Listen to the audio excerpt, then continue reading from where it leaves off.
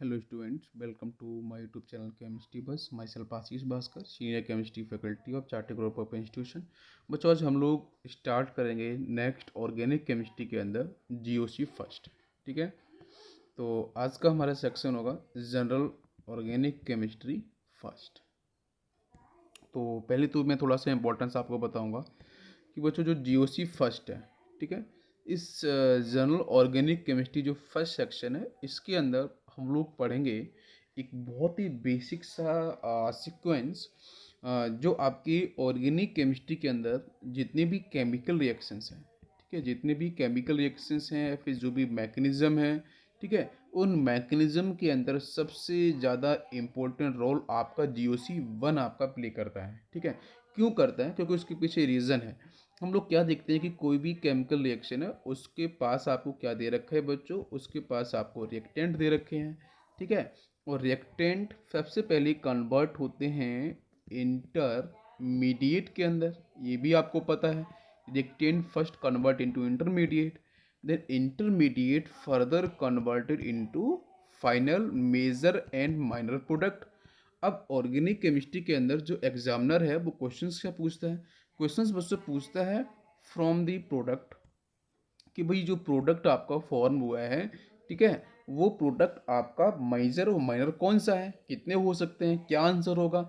Next पूछ सकता है आपसे इंटरमीडिएट के बारे में कि भाई यहाँ ये जो रिएक्शन जब प्रोसीड होगा, ठीक है, जब रिएक्टेंट आपके एक दूसरे से कोलाइड करेंगे, मिक्सअप होंगे, तो यहाँ से जो बनेगा इंटरमीडिएट वो क्या होगा, ठीक है, और किस तरीके का होगा और कैसे फॉर्म होगा, वो इंटरमीडिएट की कैटेगरी क्या होगी, टाइप क्या होगा, ये सब क्वेश्चंस यहाँ से पूछे जा सकते हैं। और मोस्ट स्टेबल इंटरमीडिएट क्या होगा, और मोस्ट स्टेबल इंटरमीडिएट अगर होगा तो फिर उससे बनने वाला प्रोडक्ट क्या होगा, और जो बनेगा प्रोडक्ट क्या वो आपका मेजर प्रोडक्ट होगा या माइनर प्रोडक्ट होगा। तो इन सब चीज़ों पे क्वेश्चंस बनते हैं। तो आपके सामने सिर्फ बेसिक सी सीक्वेंस है, रिएक्टेंट गिवन है, it will convert into intermediate, intermediate further convert into product. तो क्वेश्चंस यहीं से आपके ऑरिजिनेट होते हैं, डिजाइन किए जाते हैं। इसलिए जो जीओसी फर्स्ट है वो बहुत ही इंपॉर्टेंट है। तो इस पूरी की पूरी सीक्वेंस को समझने के लिए कि भाई रिएक्टेंट कैसे कन्वर्ट होते हैं इंटरमीडिएट में, क्या कंडीशंस होनी चाहिए, हम कैसे समझेंगे इसके रूल्स को, फिर इंटरमीडिएट फर्दर प्रोडक्ट में कैसे कन्वर्ट होते हैं, उसके लिए कौन कौन से रूल्स वर्क करते हैं, वो सारे के सारे रूल्स को हम लोग बहुत ही इजी मेथड के थ्रू समझने की कोशिश करेंगे। बात समझ में आ रही है?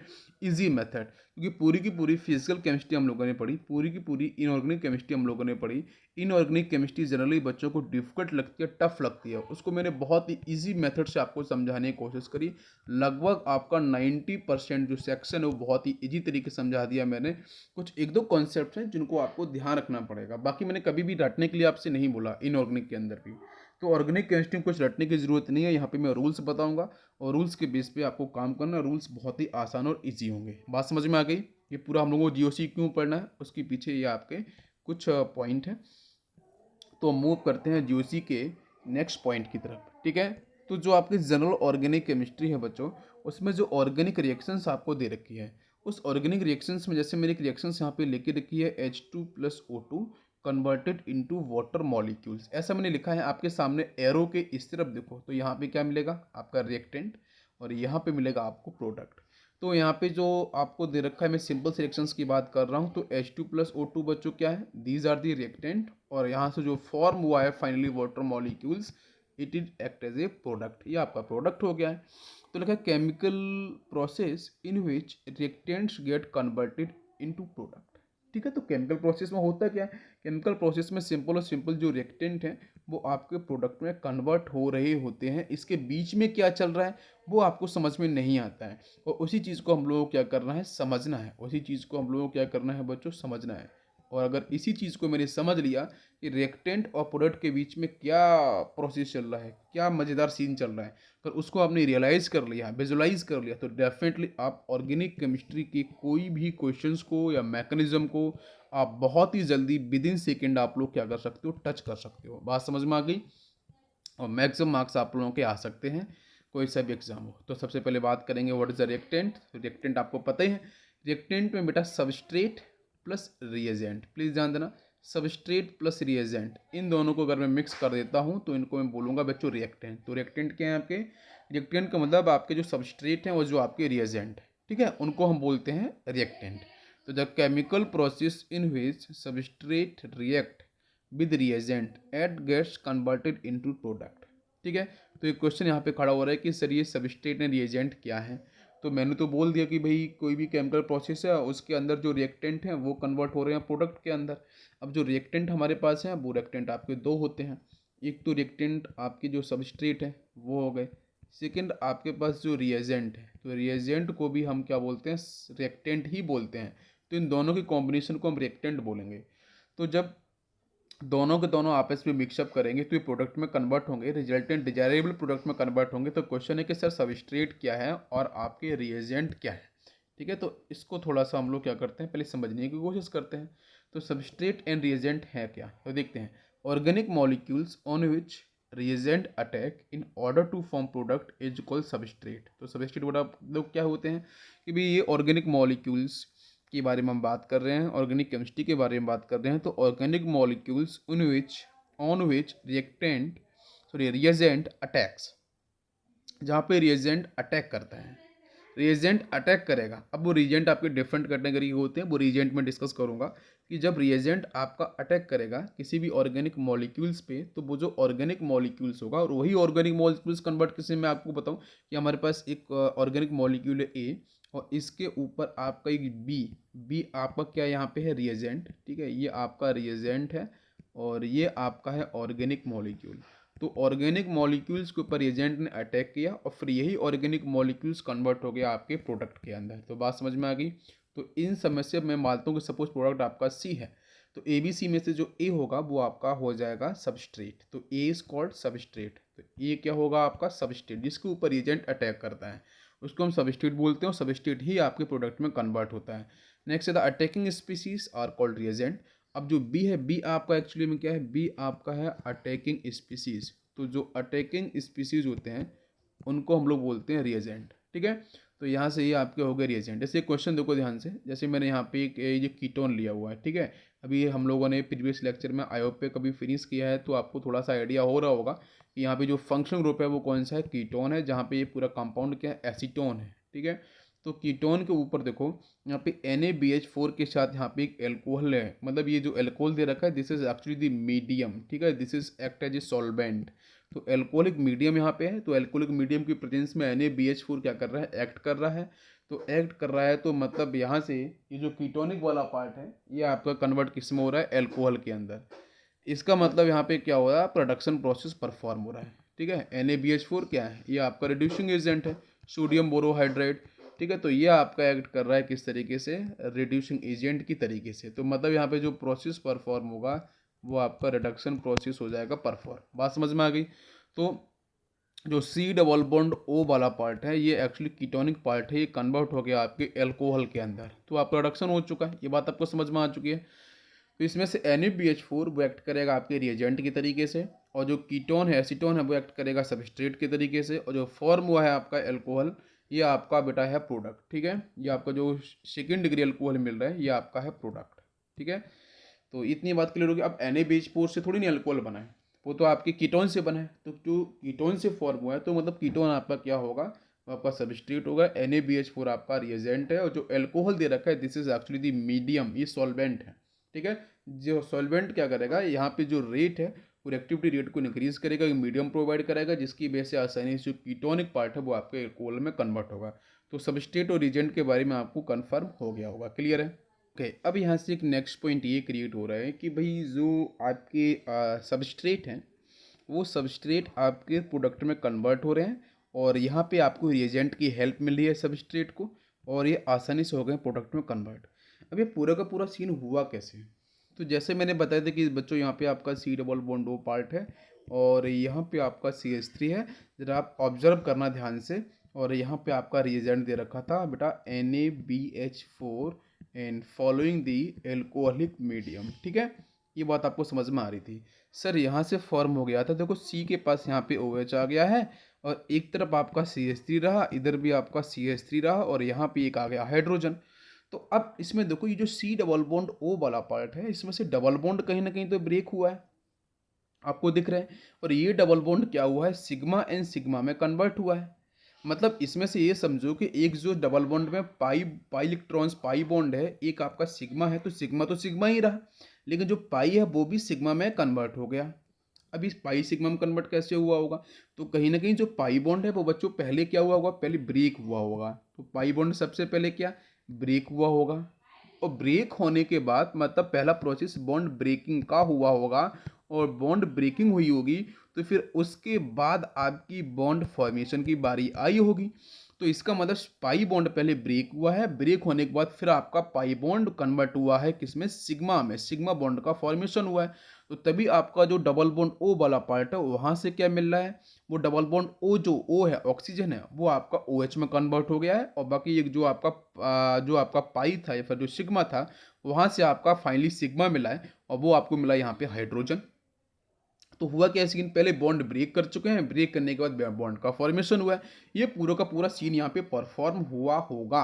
अब बॉन्ड ब्रेकिंग और बॉन्ड फॉर्मेशन की बात कहानी नहीं होती है, यहाँ पे एक्चुअली इलेक्ट्रॉन डेंसिटी का मूवमेंट होता है। मैं अगर सिंपल बोलूँ कि बॉन्ड ब्रेकिंग बोलो या बॉन्ड फॉर्मेशन बोलो, इसका आपका रियल सेंस क्या है? रियल सेंस है कि इलेक्ट्रॉन डेंसिटी का मूवमेंट, इलेक्ट्रॉन डेंसिटी का मूवमेंट। अब इलेक्ट्रॉन डेंसिटी का मूवमेंट होगा, वो किस तरीके से होगा, किधर होगा, कौन कौन से इफेक्ट काम करेंगे, क्या नया कौन सा नया आपका यहाँ पे इंटरमीडिएट क्रिएट होगा, वो because of movement of electron density he create होगा। तो इलेक्ट्रॉन डेंसिटी के मूवमेंट को ही हम बॉन्ड ब्रेकिंग बोलते हैं, बॉन्ड फॉर्मेशन बोलते हैं। बात समझ में आ गई बच्चों? चलो अब सुनो ध्यान से। When reagent attack on the substrate then bond breaking occurs. जब रिएजेंट अटैक करता है सबस्ट्रेट के ऊपर तो always bond breaking will take place. ठीक है, तो process of bond breaking is called bond fission, उसको बोलते हैं हम लोग बॉन्ड फिजन। समझ में आ गया? तो लेट्स डू सम चर्चा ऑन बॉन्ड फिजन। इसलिए बॉन्ड फिजन को भी समझना काफ़ी ज़रूरी है कि बॉन्ड फिजन क्या है, किस तरीके से काम करता है, कंडीशंस क्या होनी चाहिए। तो next point is the bond fission. तो बॉन्ड फिजन बच्चों आपकी दो तरीके से है। बॉन्ड ब्रेकिंग की बात कर रहे हैं, बॉन्ड क्लीवेज की बात कर रहे हैं। तो सबसे पहले आपको यहाँ पे मिलता है homolytic, and second one is बच्चों हाइड्रोलिटिक। तो प्लीज़ ध्यान देना, इस होमोलिटिक को हम लोग होमोलिसिस भी लिख लेते हैं। ठीक है, बहुत जगह होमोलिसिस भी लिखा मिलेगा, तो प्लीज़ कंफ्यूज मत होना। इस हाइड्रोलिटिक को हाइड्रोलिसिस भी लिखा मिल सकता है। ठीक है, हाइड्रोलिसिस भी लिखा मिल सकता है। हाइड्रो का मतलब डिफरेंट, लिसिस का मतलब ब्रेक डाउन, होमो का मतलब बच्चों सेम, और लिसिस का मतलब होता है ब्रेक डाउन। ठीक है, इसके बारे में पहले भी डिस्कशन मैंने किया है। अभी समझो, जब ये होमोलिसिस है, होमोलिसिस में ये बॉन्ड फिजन है, ये भी आपका बॉन्ड फिजन है, इसको होमोलिसिस का ऊपर आप नीचे हाइड्रोलिटिक लिखा है। इसे मैं थोड़ा समझाने की कोशिश करूंगा। हमारे पास जो होमोलिसिस है, तो होमोलिसिस क्लीवेज से बच्चों फॉर्म होते हैं कार्बन फ्री रेडिकल्स। बात समझो, कार्बन फ्री रेडिकल्स का होगा बच्चों यहाँ पे फॉर्मेशन। हम लोग पढ़ रहे हैं ऑर्गेनिक केमिस्ट्री। और हाइड्रोलिटिक जो आपको दिख रहा है, ये हाइड्रोलिटिक फिजन है। इस फिजन के जब होगा, ये परफॉर्म होगा, तो यहाँ से आपको मिलेगा बच्चों कि तो कार्बोकैटायन। ठीक है, और क्या मिलेगा? और आपको मिलते हैं कार्ब एनायन। ठीक है, और क्या मिलेगा? और मिलेगा आपको कार्बीन। और क्या मिलेगा बच्चों? और मिलेगा यहाँ से आपको नाइट्रीन। बात समझ में आ गई? तो जब आपके होमोलिसिस के लिए होगा, तो वहाँ से बच्चों क्या मिलते हैं? वहाँ से हमेशा आपको मिलेगा कार्बन फ्री रेडिकल्स। और जब आपका हाइड्रोलिटिक के लिए होगा, तो वहाँ से मिलेंगे carbocations and carb anions, carbene and nitrene आपके फॉर्म हो जाएंगे। इतनी बात समझ में आ गई? ठीक है, अब ये सब कैसे फॉर्म होंगे उस पर हम लोग करेंगे डिस्कशन। तो बॉन्ड ब्रेकिंग को समझने के लिए मैं यहाँ पे एक एक्सप्लेनेशन लेता हूँ, मैं उसको समझने की कोशिश करता हूँ। यहाँ से आपको देखो ध्यान से। जैसे मान के चलो, ये जो हम ऑर्गेनिक केमिस्ट्री है, central element is the carbon. तो यहाँ पे कार्बन की इलेक्ट्रोनेगेटिविटी, आपकी जो ए एटम है इसकी इलेक्ट्रोनेगेटिविटी क्या है? इक्वल है। प्लीज़ ध्यान दो, अगर इस कार्बन की इलेक्ट्रोनेगेटिविटी इस ए एटम की इलेक्ट्रोनेगेटिविटी के इक्वल है, तो जब भी ये बॉन्ड ब्रेक करेगा तो उस केस में ये इलेक्ट्रॉन इधर चला जाएगा, इस कार्बन का जो शेयर्ड इलेक्ट्रॉन है वो इधर जाएगा, इस ए एटम का जो शेयर्ड इलेक्ट्रॉन जिसमें सिग्मा बनाया था वो इधर चला जाएगा, बीच का बॉन्ड कर जाएगा ब्रेक। तो सी के पास भी डॉट अपना इलेक्ट्रॉन, ए के पास भी अपना इलेक्ट्रॉन, तो ये बेटा आपको मिल गए फ्री रेडिकल्स। इसको क्या बोलते हैं? फ्री रेडिकल्स बोलते हैं। नाउ कम्स कार्बोनाइन के बारे में थोड़ा समझने की कोशिश करते हैं। अभी मान के चलो, इस ए एटम की इलेक्ट्रोनेगेटिविटी ए एटम की इलेक्ट्रोनेगेटिविटी इसी जो कार्बन है इसकी इलेक्ट्रोनेगेटिविटी से क्या है बच्चों, कम है। तो जब कम है तो जो शेयर्ड पेयर ऑफ इलेक्ट्रॉन्स हैं इन दोनों के बीच में सिग्मा का फॉर्मेशन कर रहे हैं, तो इसमें से कार्बन का इलेक्ट्रॉन तो जाएगा ही कार्बन की तरफ, इस ए एटम का भी इलेक्ट्रॉन जाएगा एक आपके कार्बन की तरफ। तो इस केस में ए के पास क्या होगा, पॉजिटिव चार्ज, क्यों, इसका इलेक्ट्रॉन मूव कर चुका है, इसकी इलेक्ट्रॉन डेंसिटी मूव कर चुकी है किधर, सी की तरफ। और जो आपका सी है उसके पास आएगा एक एक्स्ट्रा नेगेटिव चार्ज, बिकॉज उस कार्बन ने लिया है एक ए एटम के इलेक्ट्रॉन को। तो इसका मतलब इसको हम बोलेंगे कार्ब एनायन। बात समझिए, कार्बन पे नेगेटिव चार्ज। अब बात करें कार्बोकैटायन की, ध्यान दो। तो इस कार्बन की इलेक्ट्रोनेगेटिविटी इस ए एटम की इलेक्ट्रोनेगेटिविटी से कम है। जब कम है तो जो एक इलेक्ट्रोनेगेटिविटी देखें, अब इलेक्ट्रोनेगेटिविटी का मतलब बच्चों होता है, आपको पढ़ाया था प्योरिटी अट्रैक्शन। क्या होता है इसका मतलब, अट्रैक्शन। भाई ये शेयर्ड पेयर ऑफ इलेक्ट्रॉन्स को क्या करेगा, अट्रैक्ट कर लेगा। बात समझ में आ गई। तो ये कार्बन का इलेक्ट्रॉन भी एक ही तरफ जाएगा, एक इलेक्ट्रॉन तो एक ही तरफ जाएगा ही। तो इसका मतलब सी पे आएगा पॉजिटिव चार्ज, इस पे आएगा आपका नेगेटिव चार्ज। तो ये आपका फॉर्म हो चुका है कार्बोकैटायन। बात समझ में आ गई, क्लियर है। कार्बोकैटायंस कार्बनाइंस में डिस्कस किया है on the base carbon free radicals on the basis of electronegativity sequence. अब देखो, अब मैं यहाँ पे जो डिस्कशन करूँगा वो सबसे इंपॉर्टेंट होगा, वो होगा बेटा कि जो कार्बन फ्री रेडिकल्स के जो फॉर्मेशन हुए हैं उसके लिए हमारे पास कंडीशंस क्या हैं, कि भाई हम कैसे सर समझें कि भाई कि कौन कौन सी कंडीशंस हैं जिसके थ्रू आपका कार्बन फ्री रेडिकल्स का फॉर्मेशन हो सकता है। तो प्लीज़ ध्यान दो। तो ये जो पहले तो ये देख लो कि जो भी आपके क्लीवेज हो रहे हैं, जो भी बॉन्ड ब्रेकिंग हो रही है, ये सारी के सारी क्लीवेज कैसी है, कोवैलेंट है। कैसी है बच्चों, कोवैलेंट, कोवैलेंट क्लीवेज है, नॉट आयोनिक क्लीवेज। ठीक है, कोवैलेंट क्लीवेज है दोनों जगह, चाहे होमोलिसिस हो। होमोलिसिस को हम एक नाम से और कॉल करते हैं, ये एक्चुअली आपकी होमोलिसिस की कंडीशंस हम देखने वाले हैं। होमोलिसिस क्लीवेज को हम एक नाम से और कॉल करते हैं नॉन आयोनिक क्लीवेज। ठीक है, इसको हम बोलते हैं नॉन आयोनिक क्लीवेज के नाम से भी इसे हम कॉल करते हैं। ठीक है, यहाँ पे कोई पॉजिटिव नेगेटिव चार्ज क्रिएट नहीं हो रहा है, इसलिए इसको बोलते हैं नॉन आयोनिक क्लीवेज। तो अब समझो कि जो आपको दे रखा है यहाँ पे इस एरो के ऊपर क्या क्या लिखा होगा। क्वेश्चन ये है कि जो आपका सी और ए जो लिखा है, बीच में इलेक्ट्रॉन्स आपके मूवमेंट हो चुके हैं, तो क्वेश्चन है कि इस एरो के ऊपर क्या लिखा हो कि हम पहचान पाएँ कि सी और ए के साथ आपका रेडिकल्स का फॉर्मेशन होगा। तो पहली कंडीशन आपकी होगी, ध्यान दो, in presence of non polar solvent, in presence of non-polar solvent like CCl4, like C6H6, like CH2। ठीक है, कुछ इस तरीके से। मतलब मैं बोलूँगा कि अगर आपके एरो के ऊपर लिखा है नॉन पोलर सॉल्वेंट कोई भी, और नॉन पोलर सॉल्वेंट का मतलब बच्चों क्या है कि जहाँ पे डाइपोल मोमेंट की वैल्यू इक्वल टू जीरो हो। यहाँ पे डाइपोल मोमेंट की जीरो वैल्यू अगर जीरो होगी तो मॉलिक्यूल्स कैसा, नॉन पोलर होगा। तो मैंने बोला है इसका आपका जो क्लीवेज होमोलिसिस क्लीवेज का नाम होता है नॉन आयोनिक क्लीवेज। तो नॉन आयोनिक क्लीवेज का मतलब है कि यहाँ पे जो भी हम सॉल्वेंट यूज करेंगे वो आपकी पोलर सॉल्वेंट यूज नहीं करूँगा, मैं कौन सा करूँगा, नॉन पोलर सॉल्वेंट यूज करूँगा। तो नॉन पोलर सॉल्वेंट क्या करेगा, वो आपके जो भी मॉलिक्यूल्स यहाँ पे प्रोडक्ट फॉर्म हो रहे हैं, रेडिकल्स आपके फॉर्म हो गए, उनके पास कोई भी चार्ज आपको देखने को नहीं मिलेगा। बात समझ में आ गई। तो CCl4 आपका dipole moment zero, benzene symmetrical है, dipole moment zero, carbon disulphide dipole moment zero. तो इन सबके डाइपोल मोमेंट आपके जीरो हैं, इसलिए यहाँ पे हम क्या कर सकते हैं, अगर आपके एरो के ऊपर ये नॉन पोलर सॉल्वेंट लिखे होंगे तो डेफिनेटली वहाँ पे आपका होमोलिसिस क्लीवेज ही होगा, आपका नॉन आयोनिक क्लीवेज ही आपको देखने को मिलेगा। सेकंड कंडीशन के बारे में बात करेंगे। तो सेकंड कंडीशन में अगर आपके एरो के ऊपर लिखा है बच्चों सनलाइट, क्या लिखा है, सनलाइट लिखा है, या E इक्वल टू फोटोन की एनर्जी लिखी है एच न्यू। ठीक है, तो definitely in the presence of sunlight भी आपका होमोलिसिस क्लीवेज ही होगा, रेडिकल्स का फॉर्मेशन ही आपको मिलेगा। नेक्स्ट, अगर वहाँ पे लिखा है हाई टेम्परेचर, ठीक है, हाई टेम्परेचर अगर लिखा हुआ है तो भी आपका होमोलिसिस क्लीवेज ही होगा। नेक्स्ट अगर मैं बात करूँ तो ये आपके अगर रिएक्शंस में कहीं भी आपका ऐसा डिस्कशन है कि भाई रिएक्शन आपकी वेपर फेज रिएक्शन है, कैसी रिएक्शन है, रिएक्शन आपकी वेपर फेज रिएक्शन है, तो इसका मतलब होमोलिसिस क्लीवेज ही आपको देखने को मिलेगा। अगर क्वेश्चन में कहीं भी लिखा है प्रेजेंस ऑफ पेरोक्साइड, ठीक है, प्रेजेंस ऑफ पेरोक्साइड, अगर कहीं पेरोक्साइड की प्रेजेंस लिखी है, ऑर्गेनिक पेरोक्साइड अगर आपके लिखे हुए हैं, तो इसका मतलब वो रिएक्शंस कैसी होगी, फ्री रेडिकल की होगी। या फिर मैं बोलूँ कि यहाँ पे कंडीशंस और होती है कि अगर यहाँ पे आपके जो अटैकिंग रिएजेंट हैं, अगर वो आपके अटैकिंग रिएजेंट फ्री रेडिकल्स हैं, कैसे हैं, फ्री रेडिकल्स हैं। अगर अटैकिंग रिएजेंट पे अगर फ्री रेडिकल्स हैं तो भी फ्री रेडिकल्स का ही करेंगे ये फॉर्मेशन। तो बेसिकली आपके पास इतनी कंडीशन 6 कंडीशन हुई, 6 में से कोई सी भी कंडीशन लिखी हो तो आपकी वहाँ पे होमोलिसिस क्लीवेज ही आपका होने वाला है। बात समझ में आ गई इतनी? बताओ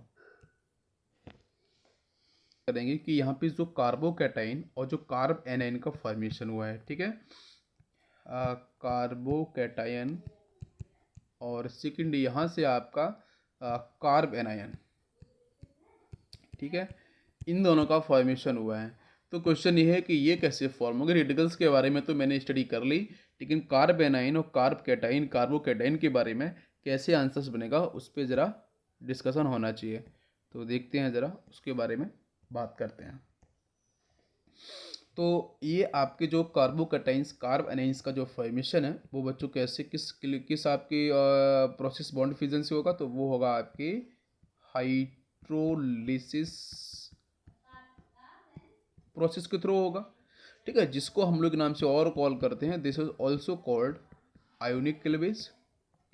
this is also called ionic cleavage. ऊपर वाला नॉन आयोनिक था, तो इस केस में इलेक्ट्रॉन डेंसिटी का मूवमेंट हो रहा है, तभी पॉजिटिव नेगेटिव चार्ज क्रिएट हो रहा है। अब क्वेश्चन है कि सर यहाँ पे कंडीशंस क्या है, इन दोनों को डिफाइन करने के लिए कंडीशंस क्या है। तो इनके लिए कंडीशंस तो मैंने पहले ही बताई, इलेक्ट्रोनेगेटिविटी वाली। बाकी जो इंपॉर्टेंट कंडीशंस हैं एरो के ऊपर क्या लिखा जाएगा, तो उन कंडीशंस को हम लोग यहाँ पे डिस्कस करेंगे। तो पहली कंडीशन आपको मिलेगी कि भाई एरो पे लिखा हो पोलर सॉल्वेंट। अगर एरो पे लिखा हुआ पोलर सॉल्वेंट तो सामने का जो आपका मेन सबस्टेट है वो भी पोलरिटी होल्ड कर लेगा। तो पोलर सॉल्वेंट आपको पता है जनरली कौन कौन से मिल सकते हैं, वाटर मॉलिक्यूल से मिल सकता है, आपको यहाँ पे एल्कोहल मिल सकते हैं, ठीक है, कुछ इस तरीके से। ये आपको जनरली अभी आपने देखा था एक रिएक्शन, कीटोन को मैंने कन्वर्ट किया था आपके एल्कोहल में, तो वहाँ पे एल्कोहलिक मीडियम था आपका। बात समझ में आ रही है? ठीक है, तो मतलब वहाँ से कार्बोकैटायन और कार्बेनाइन का फॉर्मेशन हुआ होगा, वो आपका आयोनिक के लिए बेस हुआ होगा। सेकेंड, आपको पता है कि यहाँ पे आपका लो टेम्परेचर हमेशा करेगा सपोर्ट। अगर लो टेम्परेचर लिखा है तो डेफिनेटली वो आपकी आपका हाइड्रोलिटिक क्लीवेज को वो सपोर्ट करेगा। नेक्स्ट, अगर आपके जो अटैकिंग, ठीक है, अगर आपके अटैकिंग जो रिएजेंट हैं, अगर आपके आयंस हैं, ठीक है, कैटाइंस या एनाइंस, तो भी आपका यहाँ पे हाइड्रोलिटिक क्लीवेज ही होगा। नेक्स्ट, अगर एरो पे लिखा है एसिड या फिर कोई बेस लिखा है तो भी आप मान के चलना कि वहाँ पे आपका कार्ब कैटाइन कार्बोनाइन का आपका फॉर्मेशन हो जाएगा। बात समझ में आ गई? क्लियर है यहाँ तक? डन। कंडीशंस बड़ा समझ में आ गई सभी को। चलो नेक्स्ट पॉइंट पे चलते हैं। नेक्स्ट पॉइंट है, if any where in reaction question says break the bond homolytically make free radicals. Question कहीं होमोलिटिक अगर लिखा हुआ, वैसे नहीं लिखा होता, अगर लिखा होगा तो मतलब आपको फ्री रेडिकल्स लिखना। भाई कंडीशंस मैंने आपको बता दी। अगर कंडीशन लिखा है ब्रेक द बॉन्ड हाइड्रोलिटिकली, तो ये भी आपको पता है क्या बनेगा, कार्बोकैटाइन बनेगा और कार्ब एनाइन बनेगा। ये बात क्लियर है, कन्फर्म है? अरे भाई जब आपका हाइड्रोलिटिक होगा, जैसे ए और बी है, इन दोनों में से इस बी की इलेक्ट्रोनेगेटिविटी अगर अधिक है इस ए से, तो कॉमन सी बात है कि इलेक्ट्रॉन डेंसिटी का जो मोमेंट है वो इधर से इधर होगा।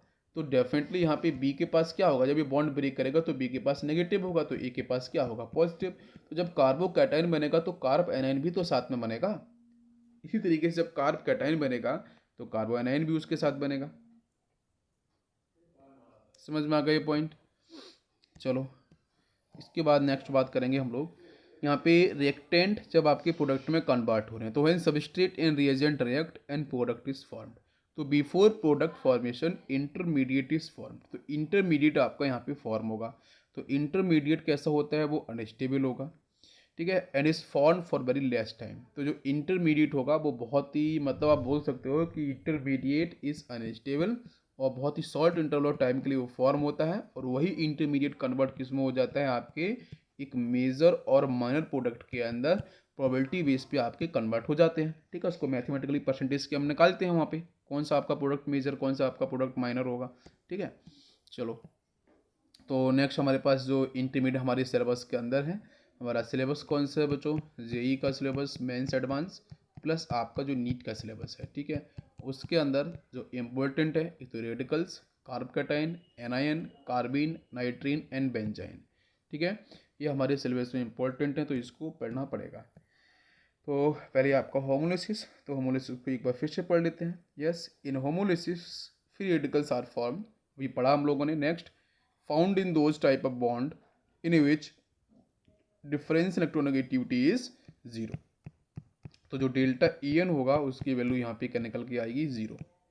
आप बोल सकते हो सेम होनी चाहिए electronegative. Next, occurs in non polar solvent in the presence of sunlight, वो मैंने आपको बता दिया, ठीक है। सनलाइट का यूज करो तो आपको मिलेंगे फ्री रेडिकल्स। नेक्स्ट बात करेंगे है आपके हाइड्रोलाइटिक क्लीवेज के ऊपर। तो इन हाइड्रोलाइटिक में क्लीवेज जहाँ से आपको मिलेगा carbocation and carbanion is formed. Next, found in that type of bond in which electronegative difference between atom is non zero. तो यहाँ पे जो डेल्टा ई एन की वैल्यू आएगी वो आपकी not is equal to zero होगी। Next, यहाँ पे पोलर सॉल्वेंट होने चाहिए। तो पोलर सॉल्वेंट मैंने बताया वाटर मॉलिक्यूल्स और आपका एल्कोहल जनरली देखने को मिलता है। नेक्स्ट पॉइंट है आपके यहाँ पे एक ज्ञान की बात है, तो क्या है कि भाई अब बॉन्ड ब्रेकिंग होगी तो इलेक्ट्रॉन डिस्प्लेसमेंट होगा। ये तो मैंने पहले ही आपको बताया था कि जब बॉन्ड ब्रेकिंग होती है तो एक्चुअली सेंस क्या होता है, इलेक्ट्रॉन डेंसिटी का मूवमेंट होता है, डिस्प्लेसमेंट होता है, शिफ्टिंग होती है। तो वही है, आओ इलेक्ट्रॉन डिस्प्लेसमेंट इफेक्ट पढ़ें फिर। तो आपको फिर ये पढ़ना पड़ेगा कि इलेक्ट्रॉन डिस्प्लेसमेंट क्या है। तो इलेक्ट्रॉन डिस्प्लेसमेंट में जब हम बात करते हैं तो electron displacement basically are of 4 types. तो पहला inductive effect, second is resonance या mesomeric effect, next is hyper conjugation, and third one is electromeric effect. बात समझ में आ गई। तो इसमें से टॉप के 3 क्या है, permanent effect and last is temporary effect. तो इलेक्ट्रॉनिक जो इफेक्ट है आपका वो कैसा होता है, टेम्परेरी इफेक्ट होता है। और ऊपर के जो आपके टॉप के 3 हैं ये कैसे होते हैं, ये आपके परमानेंट इफेक्ट के अंदर डिफाइन किए जाते हैं। बात समझ में आ गई। तो पहले तो मैं आपको ये डिस्कस करूंगा कि हमारे पास जो कार्बोकैटाइन है, जो कार्ब एनाइन है, ठीक है, उसके आपके टाइप्स क्या है, उनका हाइड्रेशन क्या है, वो कैसे फॉर्म होते हैं, वो भी थोड़ा सा हम डिस्कशन आपको कर देते हैं, फिर हम चलेंगे नेक्स्ट पॉइंट की तरफ। क्लियर है बच्चों।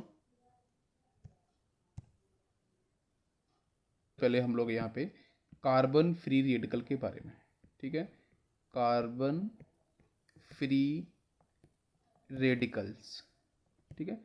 तो जो कार्बन फ्री रेडिकल्स हैं उसमें देखो, तो ये कार्बन की बैलेंसी यहाँ पे हो गई है और इस तरीके से आपका एक एटम जेड हो गया है, ठीक है। और कार्बन फ्री रेडिकल्स है तो इसका इलेक्ट्रोनेगेटिविटी दोनों की सेम है, तो इसका इलेक्ट्रॉन इधर चला जाएगा, इसका इलेक्ट्रॉन आपका यहाँ चला जाएगा।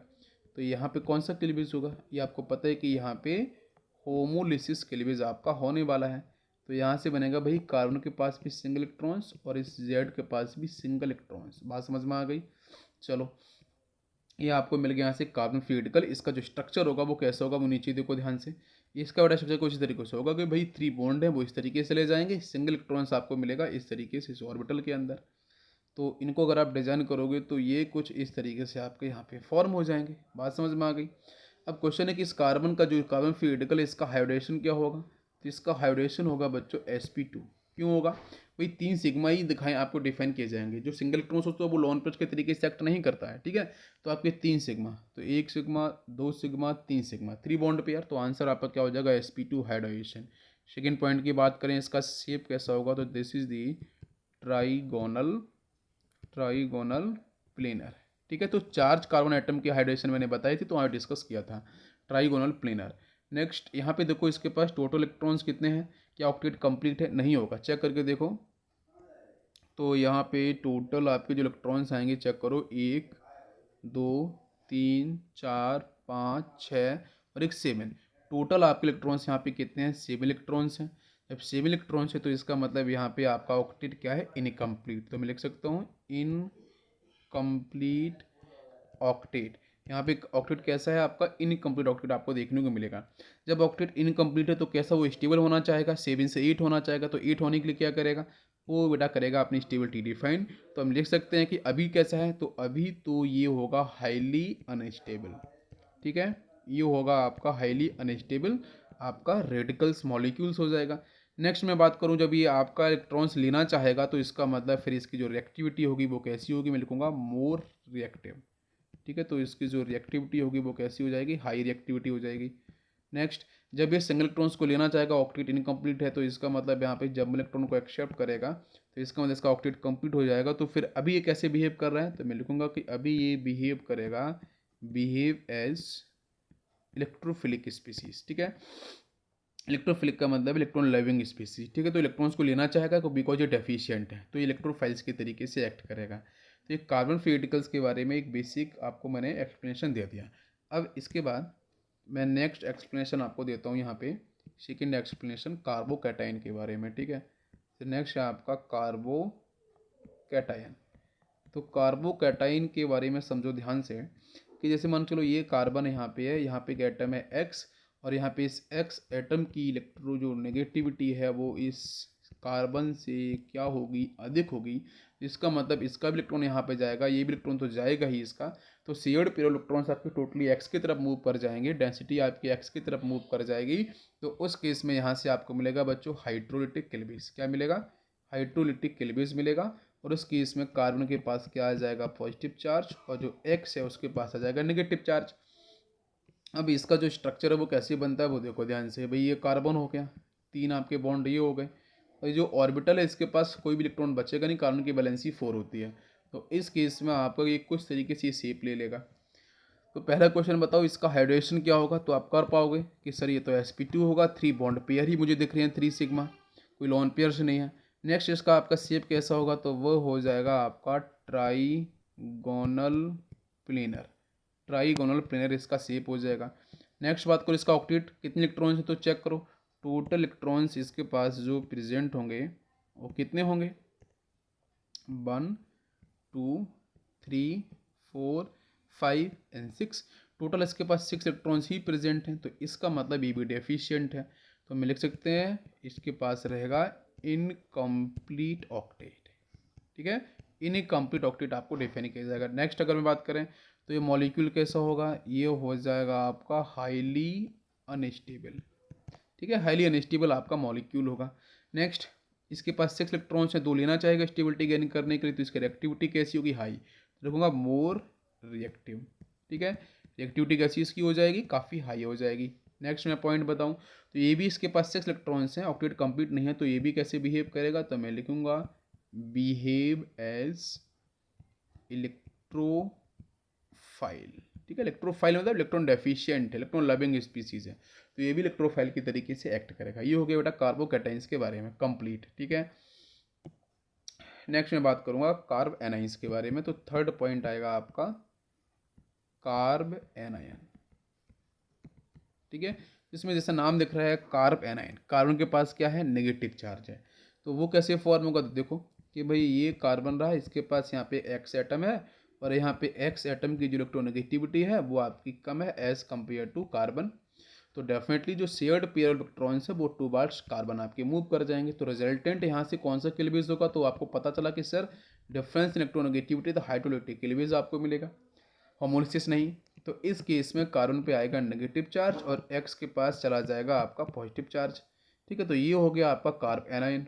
अब इसका जो स्ट्रक्चर होगा वो कैसे बनेगा, देखो ये कार्बन है, इसके पास 3 बॉन्ड दिखेंगे, एक आपका आ जाएगा लोन पेयर। बात समझे, एक कार्बन का इलेक्ट्रॉन तो ये हो गई, और उसके साथ साथ एक इलेक्ट्रॉन किसका होगा? एक इलेक्ट्रॉन होगा आपके इस एक्स का, तो इसलिए यहाँ पे ये बनेगा आपकी स्पीसीज।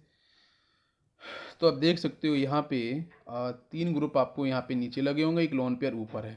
तो टोटल इलेक्ट्रॉन पेयर की अगर बात करोगे तो कितना होगा? इसके बाद अब यहाँ से आपको मैं डिस्कस करूँगा कि टोटल आपके जो इलेक्ट्रॉन पेयर होंगे वो क्या होते हैं बच्चों? Bond pair plus lone pair. How many lone pair? तो lone pair is 1, bond pair आपको 3 सिग्मा दिख रहे हैं, लोन पेयर आपका 1, तो आंसर इज 4। इसका मतलब यहाँ पे ये जो मॉलिक्यूल्स है उसको पता चला कि बच्चों आपका 4 n=4, 4 का मतलब sp3 हाइब्रिडाइजेशन होगा। सेकेंड पॉइंट बताओ यहाँ पे, तो सेकेंड पॉइंट यहाँ पे ये होगा बेटा पिरामिडल शेप, ठीक है। टेट्राहेड्रल नहीं होगा इसका शेप, ज्योमेट्री इसकी टेट्राहेड्रल होगी, बट इसका जो शेप होगा वो आपका पिरामिडल हो जाएगा, because balance electron pair repulsion theory ये बोलती है कि lone pair bond pair repulsion होगा, रिपल्सन होने की वजह से इसका शेप कैसा? पिरामिड की तरह हो जाएगा। पिरामिड आपको पता है, बिल्कुल उसकी तरह इसका आपका शेप हो जाएगा because of repulsion theory. Next इसके पास टोटल इलेक्ट्रॉन्स कितने हैं जरा चेक करके बताओ मुझे, तो 1 2 3 4 5 6 7 8, मतलब इसके पास 8 इलेक्ट्रॉन है। तो मतलब पूरी तरीके से कैसा है? इसका ऑक्टेट कंप्लीट है। तो मैं लिखूंगा कि इसके पास क्या है? कंप्लीट ऑक्टेट है, कंप्लीट ऑक्टेट है। जब कंप्लीट ऑक्टेट है तो फिर क्वेश्चन है कि यहाँ पे हाईली अनस्टेबल क्यों होगा, इसकी रिएक्टिविटी फिर क्यों होती है कार्बोनाइंस की, तो बिल्कुल यहाँ पे जो नेगेटिव चार्ज आया है ना किसी भी एटम का, तो उसकी वजह से इसकी जो रिएक्टिविटी होती है वो आपकी डेफिनेटली हाई रहती है, ठीक है। और ये हाईली आपका अनस्टेबल भी है और मोर रिएक्टिव भी है। नेक्स्ट पॉइंट की बात करेंगे तो ये कैसे बिहेव करेगा। ऑक्टेट कंप्लीट है, ऑक्टेट अगर कंप्लीट है तो इसका मतलब यहाँ पे इलेक्ट्रॉन रिच स्पीसीज है। अगर ये इलेक्ट्रॉन रिच स्पीसीज है तो फिर ये बिहेव करेगी आपकी न्यूक्लियोफाइल की तरीके से, ठीक है। तो ये न्यूक्लियोफिलिक स्पीसीज की तरह करेगी ये बिहेव। बात समझ में आ गई। ये आपका हो गया complete information about carbocation, carbonyls and carbon free radicals, ठीक है। कार्बन वगैरह के बारे में डिस्कस हम करेंगे स्टेप बाय स्टेप, पहले इसको हम लोग कर लेते हैं यहाँ पे फिनिश। ये समझ में आ गया, डन। चलो नेक्स्ट लेक्चर आपका जब आएगा तो उसके अंदर हम लोग स्पेसिफिक बात करेंगे इंडक्टिव फैक्ट के बारे में, रेजोनेंस के बारे में, हाइपर कंजुगेशन एंड इलेक्ट्रोमेरिक। इसके जिन इफेक्ट्स के जितने भी एप्लीकेशंस हैं, क्वेश्चंस वहाँ से बनते हैं, ठीक है। तो इनके जो एप्लीकेशन है, स्टेबिलिटी का हो गया, रिएक्टिविटी का हो गया, एसिडिक स्ट्रेंथ का हो गया, बेसिक स्ट्रेंथ का हो गया, है ना। तो वहाँ से क्वेश्चंस आपके बनते हैं। इंक्रीजिंग ऑर्डर है, डिक्रीजिंग ऑर्डर है, तो वो सारे के सारे क्वेश्चंस हम लोग यहाँ बहुत अच्छे से प्रैक्टिस करेंगे। थ्योरी कम पढ़ेंगे लेकिन क्वेश्चंस की प्रैक्टिस ज़्यादा करेंगे तो आपकी नॉलेज डेफिनेटली बढ़ेगी, ठीक है। तो आज मैं इसको यहीं फिनिश करता हूँ लेक्चर को। Thank you, thanks for watching. और प्लीज़ बच्चों कोई डाउट रहता है तो आप मुझे टेक्स्ट कर सकते हो 8273691707 पे। कोई भी केमिस्ट्री में कहीं से भी डाउट हो आप प्लीज़ इस पर मुझे डिस्कस करो। कोई भी क्वेश्चन समझ में नहीं आ रहा हो तो इस पर डिस्कस करो, मैं आपको बिल्कुल इसका सॉल्यूशन दूंगा, ठीक है। Thank you, thanks for watching.